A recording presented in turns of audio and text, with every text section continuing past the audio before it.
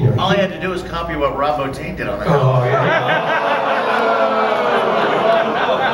You know, it is true. I mean, I actually started the Halley and I got Rob the job and we discussed it, and it was a nice trial. You know, we could, you know, you could try things out, we could learn from his mistakes, you know.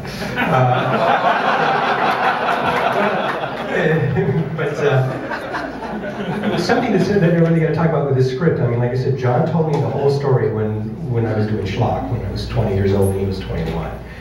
And I think it's one of the few times in my career that we actually made a movie and had a script that we stuck to. I think the only difference between the script that John wrote and told me originally and the final thing was that the movie theater at the end, and the original script was a cartoon theater, because the Arrow Cinema was a cartoon theater when John was in London, and since changed to a porno theater, and he changed that scene.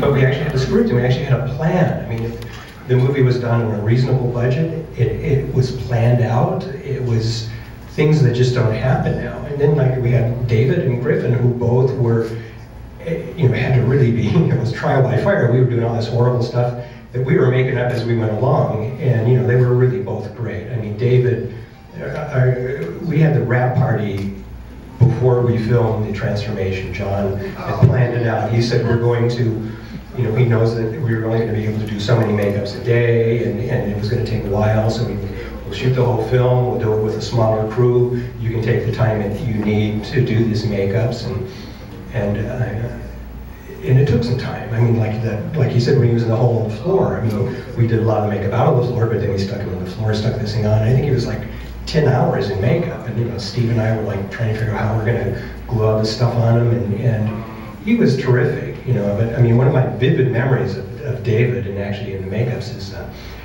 one of the earlier stages, after his body's already changed and he's got the rib cage and his hands have stretched out. You know, John said we wanted to leave the face transformation for one of the last things. So design-wise, I thought it was a little bit weird, and the wolf itself had a lot of hair on his collar, as you know, and so we had this stage where he had this big rib cage, and these crazy hands, which David's hands were stuck inside of the cool hands that Tom and Hester sculpted with the fingers and the stretched out palm, and he just had a little bitty nose appliance on, and there was a big ruff of hair, and he was hungry. He was eating some fish and chips, and he was holding it with, you know, with his thumb and his hand, and he was there with this rib cage and hair, and trying to eat this fish and chips, and I'm looking at it, and I go, this just looks so fucking stupid. And then, it's like, you know, my career is over. I mean, I just thought it was just, it looked like all those goons from those Popeye cartoons, you know. You know, I was so blessed to have the experience of doing this film, and working with these guys. I mean, to have this crew of kids that turned out to be so great, you know, and it was just a really great, fun time, you know. And what the fuck did you ask me? I've got another question. Oh, okay. I won't answer that one either.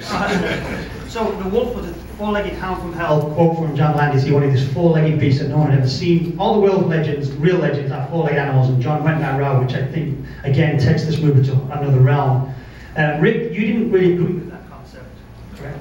Well, I mean, I always think of werewolves as two-legged things, you know, kind of like what Rob Bottin did, actually.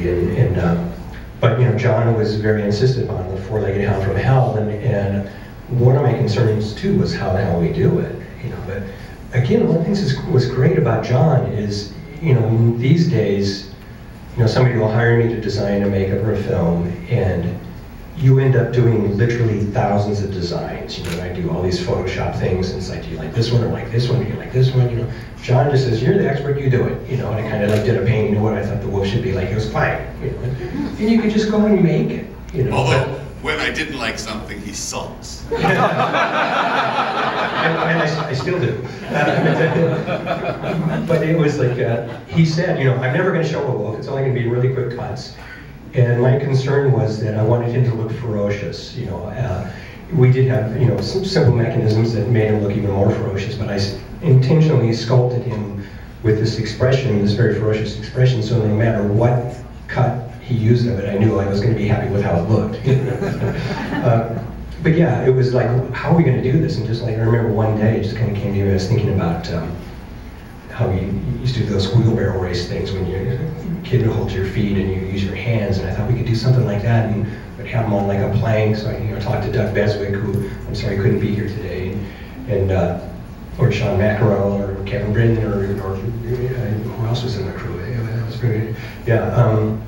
But I said, can we make this thing that a guy can lay on that has some wheels and he can balance and move up and down with his front paws, and we'll puppeteer the back legs, which we never quite got down. Fortunately, they're most of the time not in the frame. But one quick story too about when David's in the hole in the ground, and we have with the stretched out body that Tom sculpted. It was so cool. And we have little rods on the legs that and two of the English crew were there puppeteering the legs, and they just weren't getting what I wanted it to do, but we just kind of, the problem with makeup effects is you have that, 1 or 2 shots in the day, you got it, and that's what ends up in the movie, you can't finesse it. Anyways, we finally got David out of the hole, and out of the corner of my eye, I see the body like doing these convulsions like I really wanted to do, and I go, why the hell didn't you do that on film? What are you doing? He goes, oh, we're just trying to pull the fucking rods out. But it looks so much cooler. Anyways, yeah. Okay.